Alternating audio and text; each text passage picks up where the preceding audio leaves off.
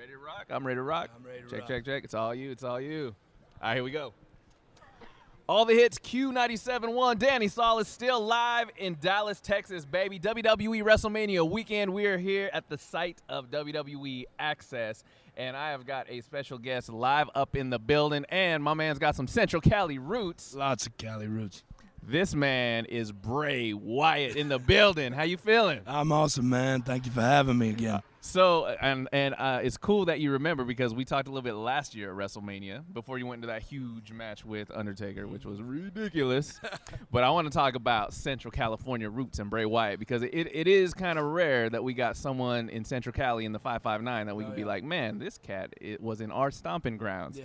So what's your background in the 559, man? Well, on the football tip, on the school tip, everything. Yeah. I mean, I came from the South, you know. Yes, sir. And when I moved out to California, I wasn't expecting quite Central Cali vibe. I didn't know about it. No one told me about it. Bray Wyatt, what is the Central Cali vibe? Well, okay. in so, your view? so when you're Southern, you kind of have this bias of you think California is all, L.A. and beautiful beaches and stuff. Palm trees, lowriders, and movie stars. Yeah. So when I came out there, I came out there to play football. First off. When I came out there, when I got out there, I was kind of like, huh. What?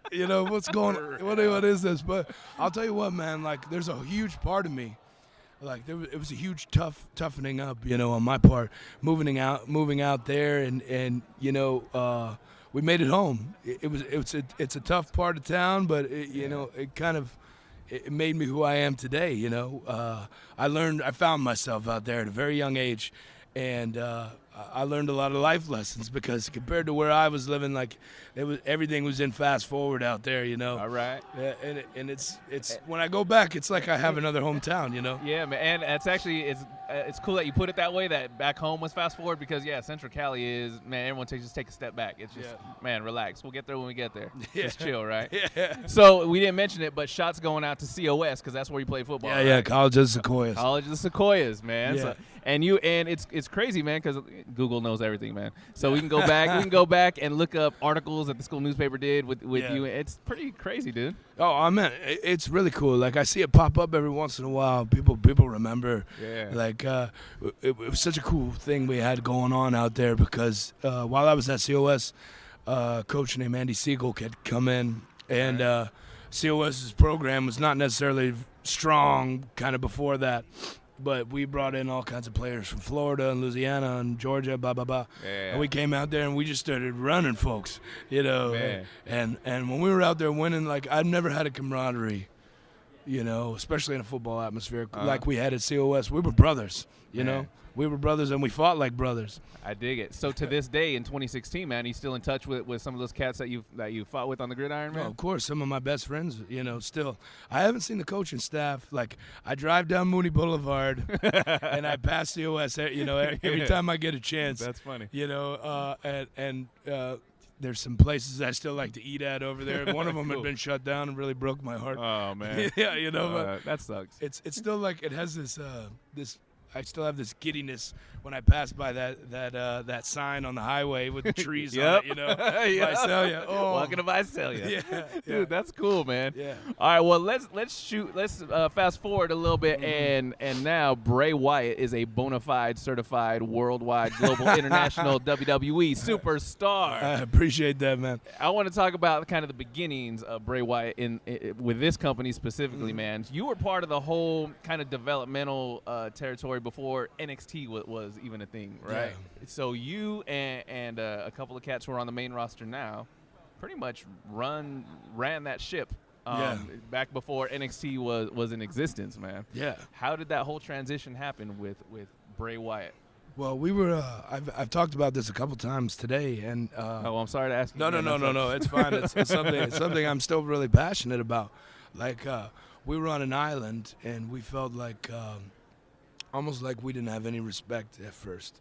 It was kind of like the big leagues here, and the nobodies here. Like the redheaded stepchildren. Yeah, back down so there? it was kind of like, if you look back and there's, me and Seth and Roman and Dean and, you, Biggie Langston, a bunch of us kind of like, we were so kind of like angry at the way we were treated. And when Hunter came in with the NXT idea, we didn't understand it. All we knew was that we were ready to make, waves. And when it started becoming, what it was, it was because all of us, those names I just threw out there, we refused to be, led. We wanted it, and it was a volatile thing, forget all of you, Because you took ownership of it. You're like, man, we're gonna be a part of something new. We're gonna start this. Yeah, and it was a very like honest disrespect towards everyone that was already on the roster.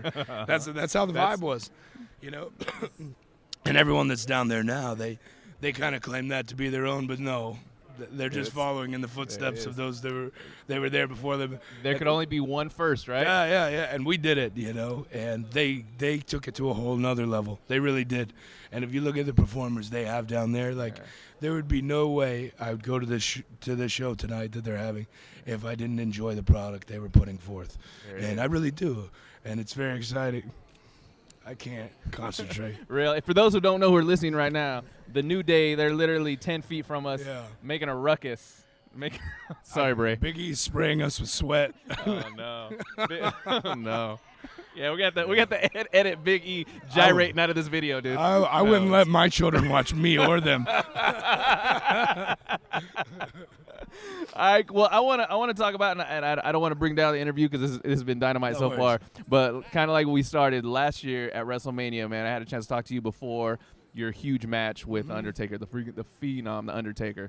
It's got to be a little disappointing this year, man. That no, you're shaking your head. No. How are you feeling this year going into WrestleMania 2016? Well, I put it this way. Here we go.